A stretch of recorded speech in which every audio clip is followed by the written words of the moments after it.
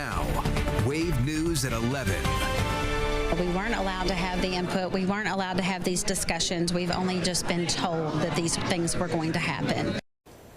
JCPS's Board of Education voting 5-2 and approving significant organizational changes to the district's central office. The human impact, a result of hundreds of job cuts. Now, our team of reporters has been following this looming choice all week. Wave News reporter Julie Richardson actually witnessed the vote to delay this consequential decision to this evening. And tonight, Julie is breaking down what these cuts mean in the context of the large multi-million-dollar budget deficit. Jose, central office positions are for employees who report to someone who is not working in a school building. Now, while district leaders say the goal throughout the budget process has been to not disrupt classrooms, community members say it's a little too late for that.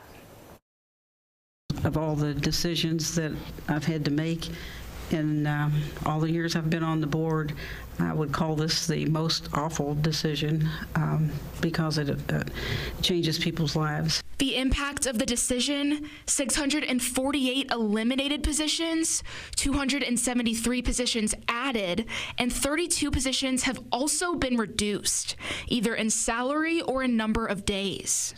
These numbers include the district reducing academic instructional coaches, safety administrators, and bookkeepers, and centralizing those positions they've decided to keep. The cuts are expected to save the district $30 million as it works to solve a $188 million deficit.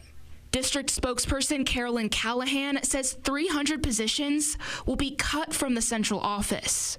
Nicole Humphrey is the president of a union that represents the support staff in JCPS, which she says have taken the hardest hit. These are the lowest paid employees of JCPS, and we're facing the most, not just elimination, or not just reductions of days, reclassification of names. These are actually people being laid off without employment, 188 positions. The board still has until May to finalize a budget. This is very difficult, but everyone should be clear that we are not done. This is a part of a process that is ongoing. But Humphrey says hearing that isn't very reassuring at this point in the process. These people have already been notified that they're losing their jobs. So for me, that's very alarming. Humphrey also said the employees that her union represents were never approached for their opinion on the cuts before decisions were made, which has been the same complaint from many in the community.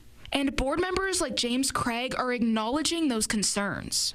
On a proposal of this magnitude, I would expect us to hear clearly and confidently from these groups that they were meaningfully consulted. And I don't think that you could, given the challenge in front of us, appease everyone, but someone would have stood up and said, you did it well, the process was defensible, and we've not heard from someone making that argument to us yet, and that concerns me greatly. Humphrey says while Friday's vote wasn't surprising, she still hopes discussions can happen moving forward.